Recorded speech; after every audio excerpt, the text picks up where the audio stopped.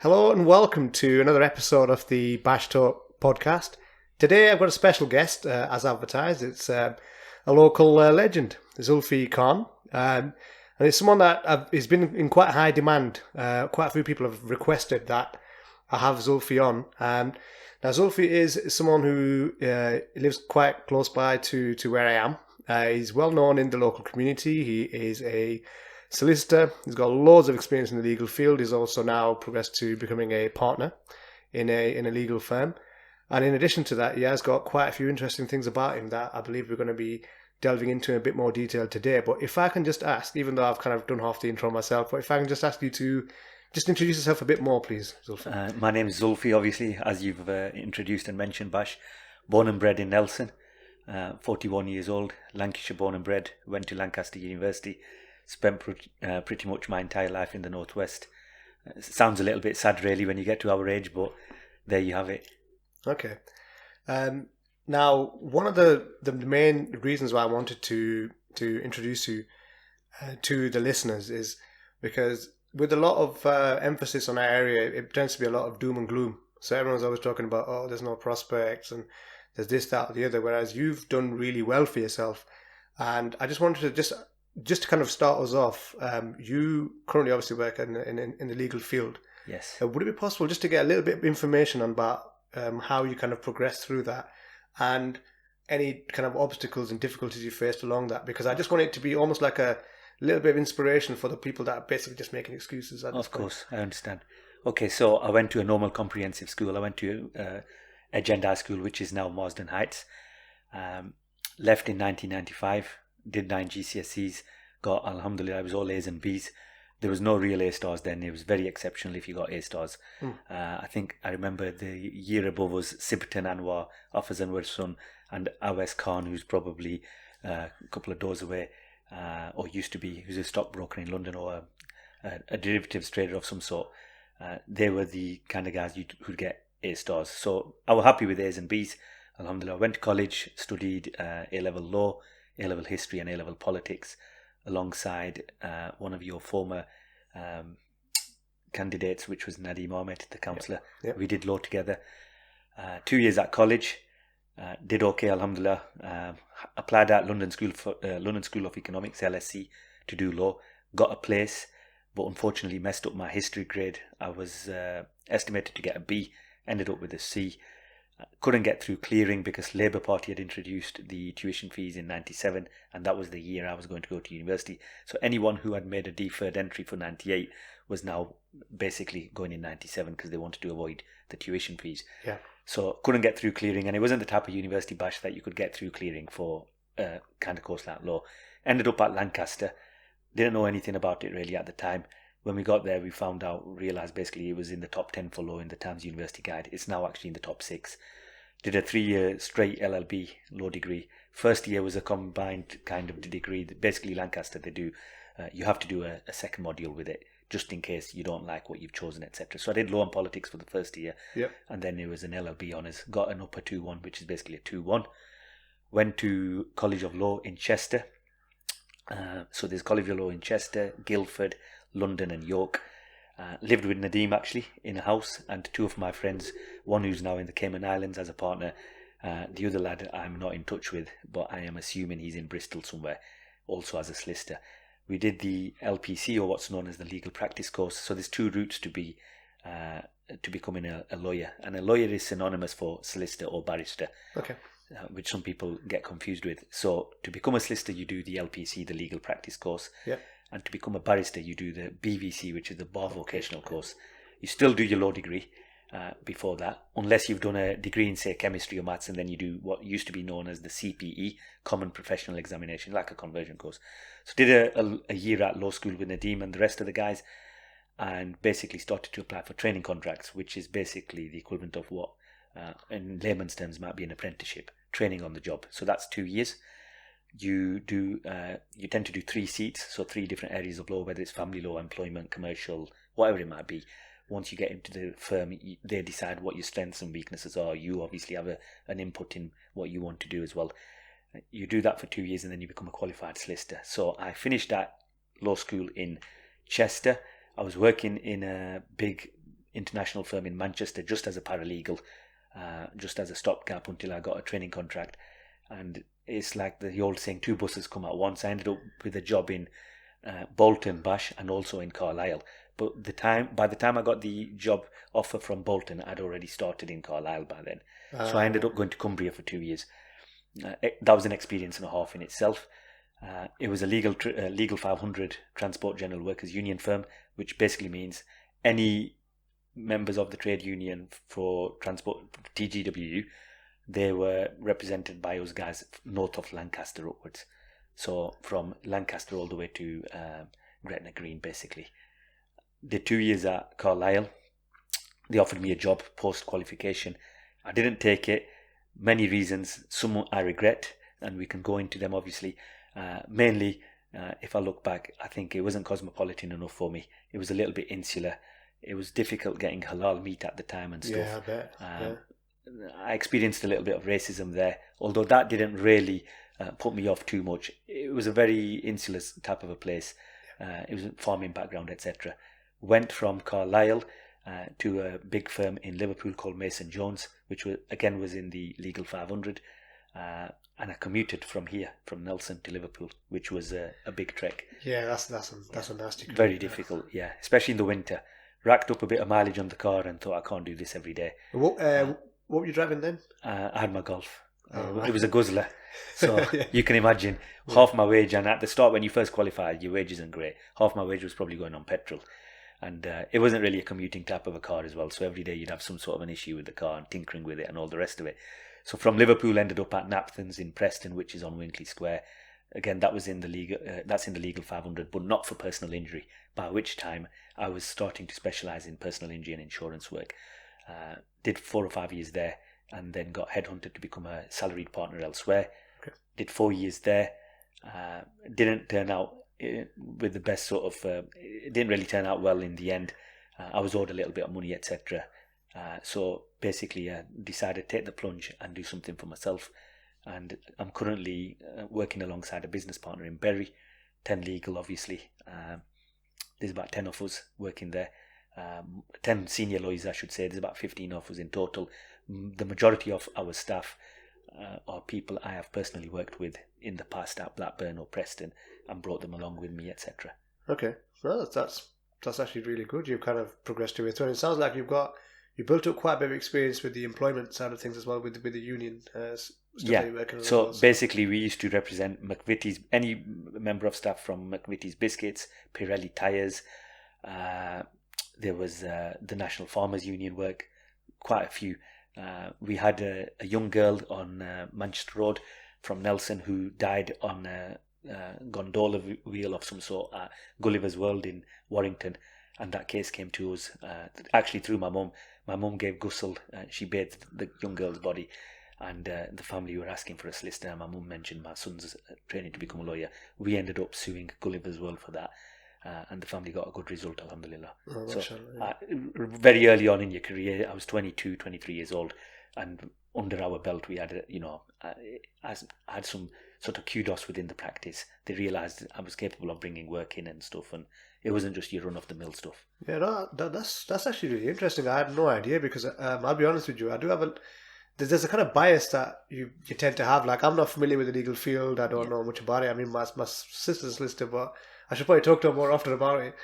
But like, you generally there's a perception in this area, because obviously you went out of our area. Yeah. And they say that generally someone they do a law degree, most people tend to go down the LPC route, don't they? They do. And then generally just end up doing PI stuff. They do. You're right. It's very true. And I'm not saying that in a way that I'm looking down on the way. That's not with it. If you enjoy that work, you enjoy that work. But it's a bit refreshing. I think what happens, Bash, is you kind of fall into it by chance, and some of it is because culturally we don't like moving away from home. So whenever we apply for a job, it tends to be within Lancashire. Yeah. And sometimes, I'll say it straight on the camera and on the microphone, sometimes our kids mess up at the interview stage. They've got, on paper, very qualified. They've got an upper 2-1 or even a first class from a very good established university, like a Russell Institute, etc. They come dressed the part, everything, but they get nervous at the interview. They can't conduct themselves, or they've not had many interviews. They've had no experience, and it's getting your foot through the door. So they end up in a practice where they either know the partner or they know somebody who knows somebody, and those sorts of practices tend to be Asian owned, and they all do personal injury. Yeah. So that's all we end up knowing. Do you think? Unfortunately, Do you think maybe a little bit of the interview stage could it be potentially because a lot of the, or say some portion of the younger people that come from here, we do have like a little twang in our accent, and it doesn't help. it's not just the twang; it's also the slang. Believe it or not. So I've had a candidate come from, funnily enough, from Nelson. I interviewed him at Blackburn. I knew the kid. I didn't know the kid actually until he walked through the door. I didn't know him in terms of on the CV paperwork. I recognised who he was. A much younger lad. I won't mention any names. Yeah. But basically, when I asked him what he had done, he said, "Oh, I was working at a local firm in Nelson on Carr Road." And I said, "What did you do there?" And he said, "Oh, I made the cups of tea and I photocopied and all that vibe." And I felt very sorry for him because on paper he was great. So I terminated the interview at the end and I gave him some feedback and basically said, you can't use language. Fortunately for him, it was only me doing the interview. Yeah. I said, you can't use language like this. You need to improve on X, Y, Z. And inshallah, you'll get somewhere. But you've got to maintain a certain level of conduct and make eye contact and things like that. It's these little things that you don't get taught or trained on. You can't teach these things. You have to learn them yourself. Yeah. You kind of... It actually makes me kind of sad that, Just... I think he's in a job now, so... Oh, no. Yeah. Happy ending, guys. So, with the legal field as you see it now, it was a bit like... So when I got into like the IT field, I've been working in IT for like 8, 9, maybe 10 years now. And there was always like this kind of thing where, it's hard to get your foot in the door and this, that, the other. And I know with a lot of the degrees that they tend to push now, there's a lot of like combined degrees where they're kind of squeezing law in there and they're kind of combining it with... At one time there was like a law and IT degree. It's like, do you want to become an online solicitor or something? But it's just like they're kind of mixing things up. But are you finding that it's getting even harder for people to get... It's more and more difficult, Bash. So let me give you an example. I applied for a training contract in the summer of 2001. I qualified in the summer of 2003. So academically, I was not a year behind or 3 months behind or anything. I was very, very lucky that I got... As soon as I left university, I got into the LPC. As soon as I left LPC, I got into a job, etc. No gaps. There was no gaps. It has its advantages. Obviously, you qualify early and you get on with working early, but then you don't get a chance to travel, etc. And then it's long days and it ends up taking over your life. Yeah. When I was applying for training contracts and when Nadeem was applying as well, there were 5,000 jobs and 12,000 applicants. That was in 2001. It's now become near on impossible to get a training contract, especially because of COVID and the recessions, etc. Yeah. But put COVID to the side, even last year, year before, the smaller firms are coming out of existence. The high street firm kind of doesn't really exist anymore. It's either niche practices or big city firms, etc. And, you have to stand out. There's people who have travelled the world. You've got a 2-1, they've got a 2-1. They've been to grammar school. You might have been to a comprehensive school. They've got 6 months under their belt, an internship in a big American international law firm in London or one of the Magic City firms. They've got 3 or 4 months pro bono work, free work experience at the Citizens Advice Bureau, etc. Yeah. I think we tend to find we can be a little bit complacent around here, Bash, Burnley and Pendle. Yeah. The aspiration levels can be a little bit low. We tend to be in a little bit of a bubble. We're living in a bubble. Housing costs are low. We live within an extended family unit. There's no real sort of sense of responsibility on our shoulders financially. So what happens is you don't really feel the need to go out to and Manchester's not far in the great scheme of things. In context, Absolutely. Manchester is not far at all. And there's some really good firms in Manchester. We will not commute to Manchester and we will not live in Manchester because we think, well, we'll go to Blackburn down the road or we'll go to Bury or Preston or whatever. So, Leeds isn't far. You can catch a train to Leeds from Burnley Manchester Road on the train. I know Zyder does it for the NHS from Rupert Street. He's been doing it for many, many years. So you can do it. And there's another lad I know, Shafkat, who also does the same commute. And they've done it for a long, long time. It can be done. I think the youngsters now in this generation that are coming up tend to have it a little bit easier. And I think sometimes the easier you have it, Bash, the harder it becomes and the more difficult it becomes to basically get out of your comfort zone. So I think one point that I can take away from what you said, and I'm hoping that the listeners have picked up on it, is that you obviously you're quite successful, alhamdulillah, and whatever's written for you is written for you. Yeah. But you did have to put the graft in, and the graft wasn't just Manchester, as in you went way out your way to pick up and learn stuff that basically massively expanded your skill set. So you weren't just a PI guy anymore. Let me tell you, Bash, when I got my job in Carlisle, I remember the conversation vividly. I got the job offer on a Saturday morning. It was summer. I went for two interviews to get that job. The first interview I did, I came home and I just thought, my mate rang me, the lad I mentioned from the Cayman Islands, Dave, and he was like, Zulf, are you going to really go to Carlisle if you get the job? And in the back of my mind, I was thinking, I'm not going to get the job, and I'm not going to Carlisle. So that's the end of that. But I've gone for the job. I've gone for the interview experience. They liked me. I set an impression with them. They said I had a personality. I mean, it was more on the personality rather than the academic qualifications, because that doesn't really set you apart from anybody else. Yeah. Everyone tends to have the same sort of qualifications. I then got a second interview, at which stage I thought, oh crap, this is for real now. I might end up in Cumbria, 110 miles away. That's exactly what happened. I got the job. At that point, my dad was like, pack your bags, go and make something of yourself. My mum was like, why don't you go for the job in Bolton? It's nearer. Yeah. When you hear that from your mum or from your brother or your sister or whoever, your heart's always back in Nelson. Mentally, you're in Nelson. Physically, you're somewhere else. Yeah. And it's never a good thing, because you're there 5 days and you're dying for Friday 5 o'clock to come so you can drive back. So you never settle anywhere. And then you end up coming back here. Okay. The people who I worked with, they said this will stand you in good stead because it's an experience for you out of your comfort zone. I was not only the only non-white person in the firm, I was one of the only non-white people in the entire city. I could count on one hand how many Asians or black people I saw in the town in 2 years, every single day at lunchtime or whenever. Yeah, in the gym, I was the only non-white. There was a few doctors from the hospitals, but they were living sort of out of the community and stuff in the hospital sort of quarters, and they were foreign doctors. So, it was difficult, I must admit. And it wasn't just the fact that it wasn't as cosmopolitan as, say, Manchester. I was getting paid £12,000 a year, which was the minimum wage for a training contract applicant. I used to come out with £800 a month, and £800 Bash had to cover my rent, my utility bills, my food, and my commute every single weekend for the first year and a half. I then cut it down to every second weekend. I remember sometimes I used to ring my oldest brother up Java and say, can you put £100 into my account because I can't get home? And that's the truth, I swear down.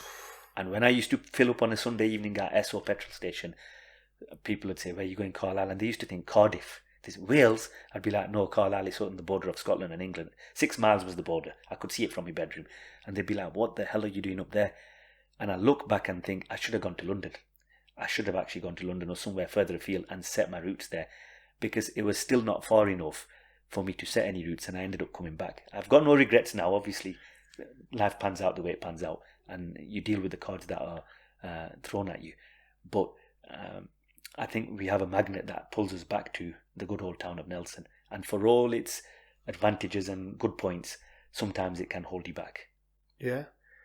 So I mean, for the listeners, there's a lot of takeaway points there. I think especially for the ones that are coming through now, because they're in a super competitive environment. We've had that big fiasco around bloody exam results as well. Yeah. So they've got to start planning like at least 2-3 years ahead and thinking, right, I'm not just looking at uni in Manchester or Leeds. Maybe if it means that you have to travel further out, but there's like a long-term goal and a vision with it, then by all means do it. Definitely. Yeah.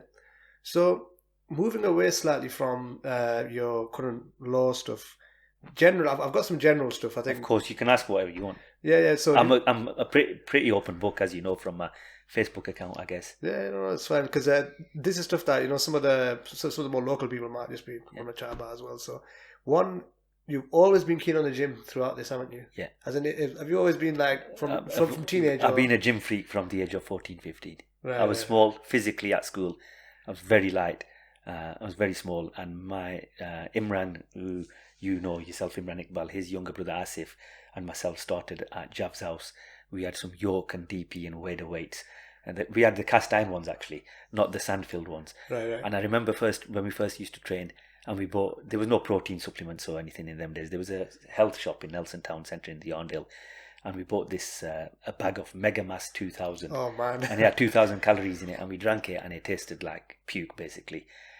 And we were, it wasn't good for the digestive system, let's put it that way. Yeah, I bet. So we'd train and we would do every body part every single day, all the time, thinking if you do chest, biceps, triceps, shoulders, legs, back, everything all in one day, you're going to grow. We had absolutely no idea, Bash, what we were doing. But we were doing more than what anyone else was doing at the time. And obviously a six-pack comes out early when you're young and you're lean and you've got no fat on you and stuff. And genetically, I was lean as well and slim. So I started getting a little bit of a six-pack and I thought, I could get used to this. And we'd train topless in the mirror, probably curling like 10 kg, but we thought we were like, oh no, whatever else. That phase. Then we went to different universities, but we went to university and, no, college in fact. And we used to go to Bert's gym. I remember you from Bert's gym long time ago. Yeah. We went to Bert's gym, and I think from there, at the time, at that age, you don't realize that you're actually probably doing it for your mental health as well as your physical health. You don't know that it releases endorphins and it's good for your mood and all the rest. You just go because you have a bit of an ego and you think, I want to bench 100 kg. Or whatever it might be. And then from there, it kind of became an addiction, really, to be honest with you. And the only time I've ever missed gym, and I miss it without fail, 1 month of the year, which is in Ramadan. I always take Ramadan off. I know a lot of people don't. I do. And the only other time I've taken any time off has been due to COVID when the gyms have been shut. Yeah. And it's been a very testing time. Do you know, I used to find it funny though, like looking back on it now, because we're not that far age-wise. Well, there's not that much of a gap. Yeah. We're kind of the same generation. And like the goalposts, it didn't necessarily used to be who used to look the best. It was like, that guy who's doing 2 plates. That's all it was about. 3 plates. Yeah, of course it was. No one, if you look now, I mean, a lot of the lads are realizing it's not about physically how big you are or how strong you are. It's about how you look. As you get older, it's never about ego then. It becomes about maintaining a fit and healthy lifestyle. And you do more cardio and you want to look after the ticker and things like that. But at the time it was, even within your own training circle, so if Asif was doing a plate and a half, I'd have to try to do a plate and a half, even if he was 4 stone heavier than me. It's just like, internally in your head, you'd be thinking all sorts, right, I better get this set done and I better get the last rep and all the rest of it. It's funny how things turn out, because I've ended up making a hell of a lot of friends through the gym bash, whether it's been at Bert's, at Pendle Health, or Powerhouse in Bradfield, or even Pure Gym now. I've made some very, very close friends. Some of which yourself, mutual friends, etc. And they've all ended up, I could say 70% of the people I know probably have been through the gym, because you spend an hour and 20 minutes there it used to be evenings. I'm going in the mornings now at 6 o'clock, but you go in there every evening. It becomes like a family. It becomes an extended family. So, and then on top of that, you do, because you're quite keen on boxing and stuff, aren't you? Is that a recent thing, or is that more like lifetime? No, I've always watched boxing. Always been into watching boxing. Obviously everyone used to watch Mike Tyson and all the rest of it. Highlights. Prince Nassim and everything and whatever else. I started 4 years ago, 4.5 years ago. I actually started. A lot of people don't know this, but I suffer quite low moods. I'm probably a self-diagnosed bipolar kind of a guy. So I needed something to take the edge off. Obviously, you train every day. It gets a little bit mundane and boring. What we're doing today, chest. What we're doing tomorrow, legs, biceps, whatever. So there's a lad in Burnley who's he's had 26 amateur fights. He used to go upstairs to Powerhouse in the boxing hall and start boxing. And I just went with him one day, kind of got into it. And then I started taking my nephew. Then other lads started bringing their kids.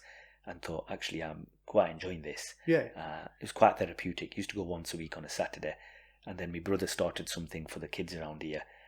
And ironically, funny you should mention, I've just completed 50% of my level 1 boxing coaching certificate. Couldn't do the second half of it due to COVID and the lockdown. So just before the lockdown, we had just done done 1 full weekend, which was 2 days. And the second part of it was supposed to be in June. Is it just pure of guesswork? Is it UKCC by any chance? It was ABA, I think it was. Okay. Yeah. So I think the coaching certificate is more to do with the kids and stuff that turn up on a weekly basis. Just for health and safety, insurance purposes, etc. Got quite into it. It's addictive and it's quite relaxing, and it's good to see the kids come through the doors, and they come. Some of them have never boxed before. They don't have the boxing stance, and then you see them 9 months later, a year later, they're full of confidence. It's not about the boxing bash. It's about building the confidence and discipline and stuff. They come in, they've only played video games. They've never spoken to anyone outside their little circle. Suddenly there's 10 kids in the class or 12, and they've got to talk to people, and they've got to listen, and they've got to be alert. So that's what got me into the boxing, I think, in terms of the coaching and stuff. And obviously it's good for health, fitness. It gets a bit boring when you're running 5k every morning, especially we're weather dependent in this country, and it's bad for your knees at our age as well. So just ended up doing a bit of pad work. Shaz, who did the cycling trip to Birmingham. There's a few of the good lads, Aki from Victoria Street. We have a good crack. It's good banter. Basically, that's our social life for the week. Yeah, and it's keeping you fit as well. Yeah, can't complain. I think that I think again I keep mentioning obviously the listeners and viewers, but I want to start emphasizing more that when I bring guests on and we're talking about stuff that you can take away from, I need to start emphasizing those areas more, because there's a lot of people our age that don't do any exercise. It's just ridiculous. And then they obviously, like I said before, what's destined is destined, but you do hear about people having heart complications and at relatively young ages, and to me it's just a case of you got to look after the body. So Bash, this morning I was in the gym doing legs, and I was on the hamstring curl bench, some lying flat, on my front, and this Asian lad's walking past. He was only a young kid, 24, 25, maybe younger, maybe 22, 23, and I just couldn't help but notice he was, I wouldn't say obese, but he was significantly overweight around his midsection. Yeah. Poor diet, lots of takeaways, and it gets to the point where you're thinking, I'm 41, okay, and I'm not saying I'm the fittest guy on the planet, but I'm relatively fit for my age. If I pass away tomorrow and I get knocked over by a bus, or I'll go with a heart attack, at least I know I've looked after myself. I've done what I've had to do. I just saw him walk past, and I just thought, he can barely be 25. Do you know what I mean? Yeah. It's not a good place to be, because personally, I believe if you have a good system and a good routine in terms of your fitness, it gets spread out in other aspects of your life. Yeah. You'll have a good system for your work ethic will be like that, how you deal with people, etc. It's just positive vibes, isn't it? Positive energy. Yeah, definitely. That little, if you have a good workout, you get a nice sleep. Normally. Yeah, of course. Yeah, and then you get up early because you've had a good sleep, and then you've got the rest of the day to do what you want. I think some of our lads are getting up at 12:01 in the afternoon, and it's just, you know what I mean? The day's gone. Yeah. So, I'm just going to get this one out of the way, because I've had like 5 people ask me this question, and it's just a comedy question, so just give it a one-line answer. Why do people keep asking me about some comedy charity boxing match or something? What? Okay. So basically, Amjad and I have known each other since the age of 4. Yeah. Amjad Khan, which is Kama's nephew from Hargrave Street, or Shahid, who's obviously passed away, Chief. Yeah. So their nephew, Amjad, and he basically rang me one day and said, I'm going to tag you in on a post and say we're going to do a boxing match. I said, what are we doing this for? And he goes, it's just a blag, we're going to do it because I want to find out how many people hate me, as in him. I said, all right, no problem. I didn't realise it's going to get out of control. He then rang me a week later and he said, I think, Zulf, more people hate you than they hate me, because they were saying, smash the kid up, smash him up, do this, do that, do that. And I just said to him, I said, this is going to get really out of control. And he kind of he got so embroiled in it all that he goes, well, we've got to have it now because everyone's watching it and it's going to be humiliating if we don't. So Saturday morning, 1st of February this year, I've got ready to go to my session. 10 to 9, I'm just walking into the gym, and next thing you know, there's this Audi A4 convertible parked outside. Residents only parking. So I'm thinking, whose car is that? It's raining. And Amjad sat in the car flashing, puts his windows down. He's got these 2-ounce MMA gloves on, yeah. And he's like, are we boxing? What? I looked at him. Obviously, I've known him all my life, and he's known me. And I know he jokes around and he banters, but when you know someone for that many years, you know what it's about and stuff. I think people took it too serious. So anyway, he gets me in the car. We're 15 minutes late now for my session, because he goes, we've got to take a photo because I've got to show everyone that I'm Amjad and I've turned up. It's quite funny actually, because me and him had the last laugh because we just, Yeah. It's just a laugh, really. Yeah, no, that's fine. I hope that answers the question. I'm going to have fastest people message him. It's like, one of them, like, But anyway, so one more. I've got a few questions around. It kind of goes back to, kind of links into your career achievements. And actually, you know what? I'll just throw it in now. So, at one point, you did receive an invitation to join the special branch. Yeah. So, I was working, obviously, in law at Liverpool, and I came across some CID officers in Manchester, Colliers Police Station.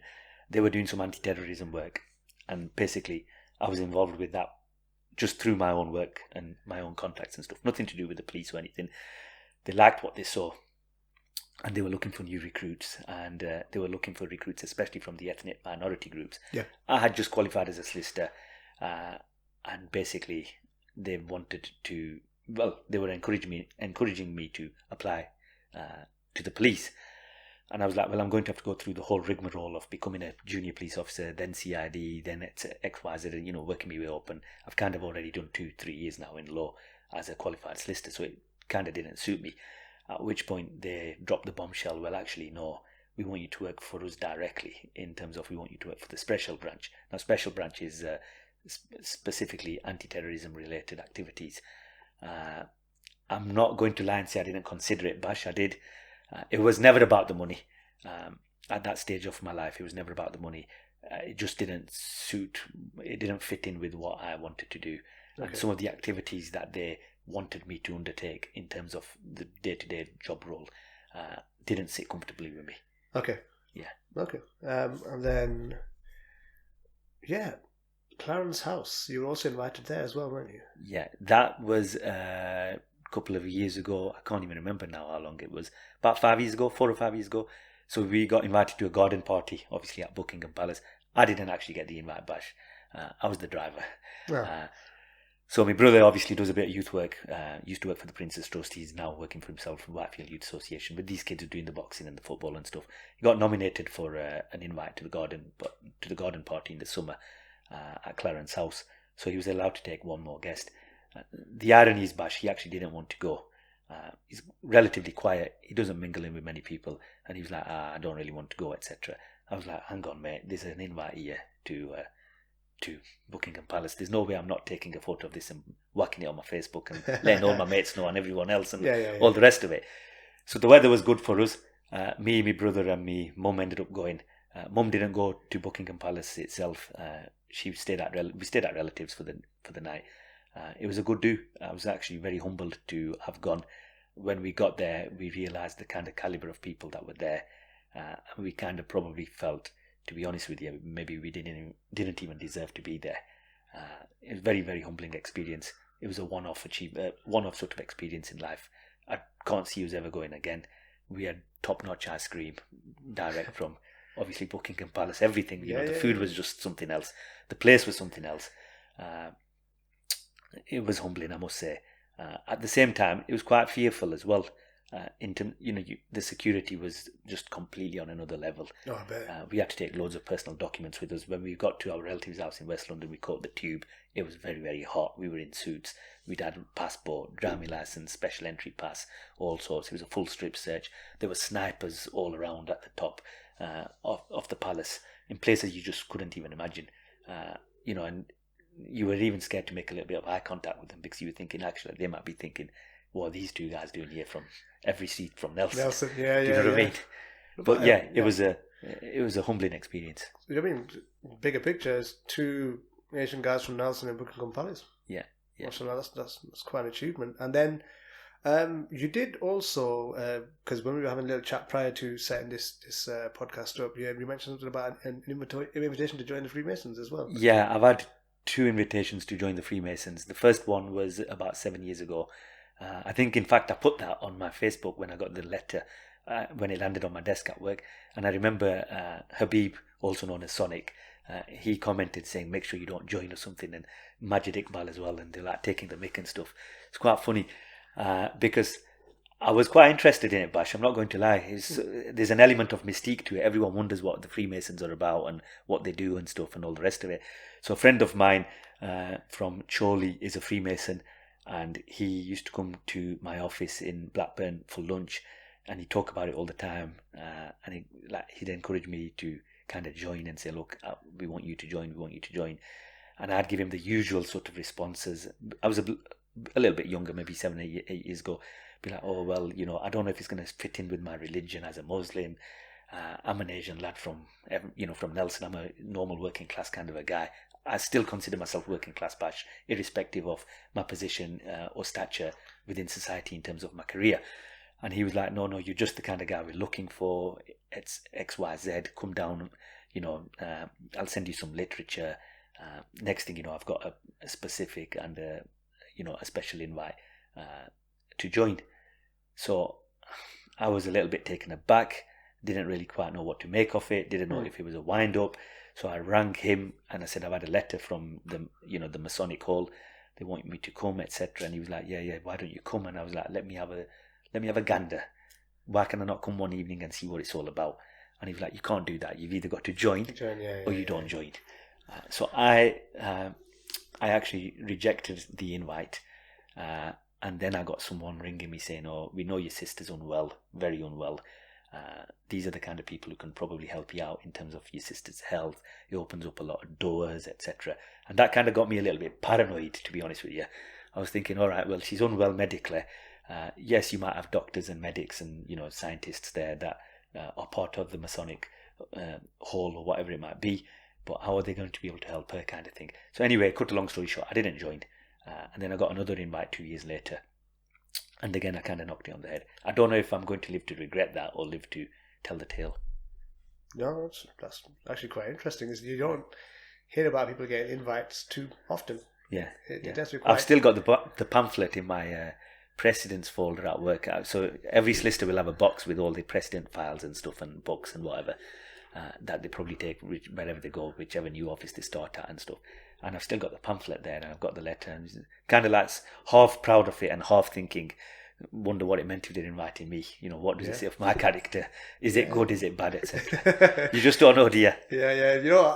I hadn't thought of the bad side actually when you think about it. But yeah, this is something to think about. Can you imagine though, Bash being a Freemason and then living on every street in Nelson? And, I can imagine that. Your next door neighbours wouldn't talk to you. That guy.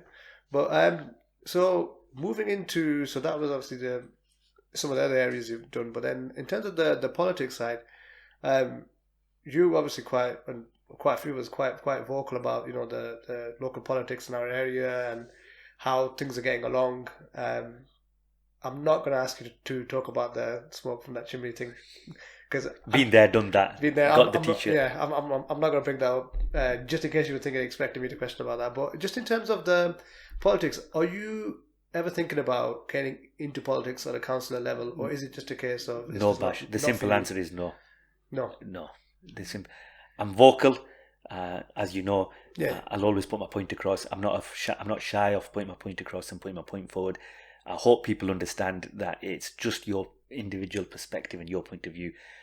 We tend, as a community and culturally, we tend to take it a little bit personal. We used to discovering people don't like it when you disagree with their opinion, but that's all it is. You're just disagreeing with their opinion. You might be for argument's sake, you might be a Tory, I might be a Labour. It doesn't mean we can't be mates. It doesn't mean we can't agree on other things. Yeah. It doesn't mean we can't go out to eat, etc. I think it's just not for me. I find it a very dirty game locally, especially local politics, as you well know. And you end up falling out with people. There has been fallouts. I've seen fallouts myself, and it's just something that I probably wouldn't really entertain. I'm busy with my work as well and my career and not the firm and stuff, so it's just not something that I'd probably get involved in. Okay. Always happy to help the community. Always happy to put forward points of view and genuine, sincere efforts to better the area, etc. Apolitical sort of stance. You don't have to get involved in any party.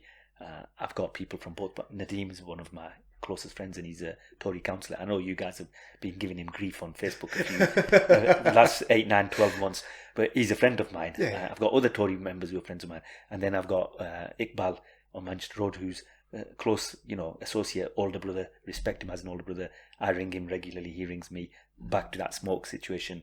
He was one of the people I rang. So it's just not for me, I don't think. No, that's completely fair. I think it's just one of those things where sometimes if you're vocal, especially when it comes to politics, people, if they don't like the response, so why don't you get involved? And it's like, no, I'm just giving you my opinion. Yeah. It doesn't mean that you have to then become a politician to be able to give that opinion. Yeah, of course. So I think that's a reasonable stance. So in terms of, like, obviously you're quite involved in, or you're quite experienced in our local community, I'd say. What do you think, or where do you think we're at as a community at this moment in time, in terms of like in terms of like, have we progressed or are we going backwards, or are you seeing mainly good things? Or It's are you a seeing controversial negatives? question to ask, Bash, because if I was being very honest with you, and without making any Well, but enemies, what to do? I won't. I'll rephrase the question, because one thing I don't want to do is do like a setup job of course, on the guests and stuff. So tell me some positives of our okay, community. we tend to have unity when it comes to sort of events in your life that tend not to be the happiest moments. So deaths and stuff. Yeah. You've seen the sizes of our funerals of people who have passed away here. Everyone makes an effort. Everyone makes a genuine and sincere effort to come and pay their respects and give their time, etc. When there's been floods, for example, even in Barrowford, people have got together in Nelson, gone down. The food banks, good things. Yeah. How many people are doing food banks? Everyone's working together, which is very good to see. Genuine, sincere efforts. And I don't think people are doing it for fame or popularity or anything like that. No. People genuinely want to give the time and they want to help out. I think that's a very good thing. We've got a lot of talent, Bash. We've got a significant amount of talent in this town. But I also feel that Nelson, Burnley, Bradfield, especially Nelson, Bradfield, they can be like a pressure cooker. There's a lot of pressure on the youngsters here. You have to do well. If they're not academically bright and they don't do well, they feel they have to do well in terms of monetary terms. Yeah. So they look at other avenues of making money, which isn't always good. There's no individuality sometimes. There's no flair. If you slightly different, you don't fit the normal mold. You're into your video games or you're into your media stuff. At this age, people, what's he doing playing a PlayStation 4? Why is he doing this, that, the other? But it's your personal time. You're entitled to that. What you find in our town here is people tend to try to slot you into a box. You can't be individual. I know some of my friends, they've got no Asian friends at all. They're all white friends, whether it's male or female. And, they experience difficulties culturally because people, why do you not hang around with your own people? What is your own people? If your mindset's the same as mine, you're my kind of guy. And you don't have to have the same mindset as me. You can be into completely different things. If you connect with someone, you connect with them. You can go out for a bite to eat with people that you might not come across them in your everyday sort of walk of life. So the advantages, I'd say, we've got a united town. We tend not to have any trouble anymore as well, which is good to see. Yeah, things are a lot cooler now. Yeah, which is good. People have matured, they've grown up. It's very good to see that people are getting on with each other and they've realised life is short. In terms of disadvantages or in terms of non-progression, it's a shame that our town centre's gone. Yeah, it's full of pound shops, Asian clothes shops, etc. I don't think that's necessarily a good thing. Barclays Bank's gone, NatWest Bank's gone, so there's no real job prospects. I just want to jump in then, just for context, when Zulfi's talking about the town, he's talking with a bit of authority because you've actually had a shop in town. I have actually, yes. Forgot about that. So I opened up a menswear shop a couple of years ago. Basically helped my cousin out in his shop in Bury in the Millgate before the Rock opened. Ended up being a really good salesman. I kind of had the gift of the gab for his shop sales. Used to say to him, give me a pair of your clearance jeans at Christmas. I'll put them on. I'll leave the tags on. So it's like £75 jeans for like £30 for argument's sake. I'd put the for sale tags on. And I'd have a target in my head in the morning, and I'd say to them at the shop, I'm going to sell 100 of these today. And they'd be like, yeah, all right, let's see then. And I'd end up selling like 70 or 80 or whatever. Yeah. Just like, it wasn't to prove a point, it was just, I have a good way of talking to the customers. I'd build a rapport up and whatever. So we decided, myself and my brother decided to open up the same sort of shop, branch sort of store in Nelson. Sort of doing like mid-range urban gear. There was no clothes shop at all at the time here, I don't think. That catered for it. Unfortunately, it died a sad death. It lasted 4 years. The first 2 years were successful, Bash. After that, it kind of went downhill, and we were only really sustaining the income revenue from online sales. But then online became difficult as well. You had to have like 100 grand worth of stock and put it online to get on, say, page 1 of eBay or page 1 of Amazon or whatever. And then when you've got a full-time job and it's your career as well and everything else, it becomes difficult to manage. We had a member of staff, we're still in touch with him. He's a very good lad. He was like the family for us. He was running the shop Monday to Friday, sometimes Saturdays, and then myself and my brother were doing the Saturdays alternatively. But it just got too much. When the money's not coming in and you realise actually you're putting your own money in. And, one of the reasons I think it failed is because Nelson doesn't have any shops. It still doesn't. And so what happens is, if you want a pair of jeans, you don't go to Nelson or Burnley for a pair of jeans. You go and you make a day out of it. You go to Manchester, you take a few friends, you get a bite to eat after you've been, you get a coffee, you sit there, you have your coffee, you have something to eat, you come back, you maybe have desserts there as well. People make a day of it, really. Yeah. And this is not the kind of town, unfortunately, that you're going to do that in. Yeah, I think footfall has dropped. Footfall's drastically dropped. It's people's buying habits. It's not, of course, it's not online as well. Yeah. There's no doubt about it. So, in terms of the timescales, we've hit the 45-minute mark. And one thing I've been saying it recently in quite a few episodes as well is, it's not one guest, one episode. In future, we'll be bringing you back on, inshallah. No problem. And it just means that it's just a bit easier for the viewers and the listeners, so we can have like shorter format and stuff like that. So to round things off, like there's another question here, but we just have to leave it out just because of time. But we'll ask you again next time you come on.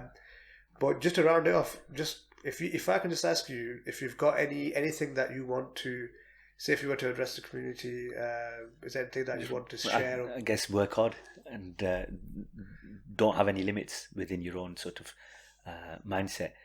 Just because, we've got, like I said before, and I'll keep saying it, we've got a lot of talent in this town, and we've seen a lot of people do very, very well, whether they've moved out or they've remained in the area. And we've gone, the majority of us are all working class, come from immigrant families, we've all gone to comprehensive schools, the majority of us, and we've done okay, alhamdulillah. And I think we need to sort of get that sort of mindset. That sort of mindset needs to be in our youngsters, the younger generation. I remember when we were at Edge End, and I want to give a special shout out actually to Uncle Iqbal, Majid and Asif Iqbal's father, who was kind of doing sort of support sessions at the school. And I think he was my inspiration, because he used to speak English as an uncle at that age. There wasn't many that were speaking English, and he used to always push us and say, lads, you can do really well, etc. And if it wasn't for him and his or Saeed, who's unfortunately passed away, who used to be at Nelson Cone College, he was another one who pushed us. I think sometimes we would have given up. Even though you have the academic qualifications, or you have the brain to do what you set out to achieve, sometimes you don't believe in yourself. We live in a town which can pull us back sometimes, and I think really there's a lot of people here that can do very, very well. We've just got to believe in ourselves. Stay humble, really. You know where you come from, you know what your roots are. Never forget your roots, irrespective of how well you do. It's never about how much money you've got. It's about your character, your personality, your traits, how you deal with people, how you interact with them. That's what you're going to get remembered for, hopefully, one day. I think people take some of our Facebook posts too serious and stuff. They don't realise context. It's just a laugh half the time. People add you, they don't really know you, etc. And then they think, oh, you're being a bit cocky, or you're being a bit mouthy and whatever. And half the time it's just banter between the lads. But yeah, remain humble, but work hard. Yeah, cool. Well, those are actually some quite positive and good words as well. So I'm hoping that a lot of because quite a few of the listeners to this podcast are quite young, believe it or not. So like we've got a few. When I'm looking at the stats, anyway, I don't know if you're lying about your age, but a lot of the kind of like early 20s, or some will be kind of like leaving college soon. I still think 41 is young, by the way. yeah, of course. I mean, still a young man, but yeah, no. Thank you for obviously being on the podcast.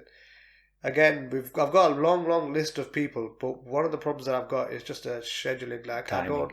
I do not like booking anything more than a month in advance. I won't do it. It's just because so much can change. Of course it can. And because there's people saying, "Oh, get this guy or get that guy," and it's like, what you need to understand is like how much notice did I give you? Not much. No. It's just a case of 5 days, I think. Yeah, like you want to come on, like. So I appreciate you coming on. No problem. So anyway, enough of my rambling. The only thing I'll say is, as usual, if you don't mind, hit the like and subscribe button on YouTube. Just stay tuned. I will be hitting all the platforms with the podcast soon. I've just been incredibly busy with my other ventures. So all the best, guys. Peace out. Thank you.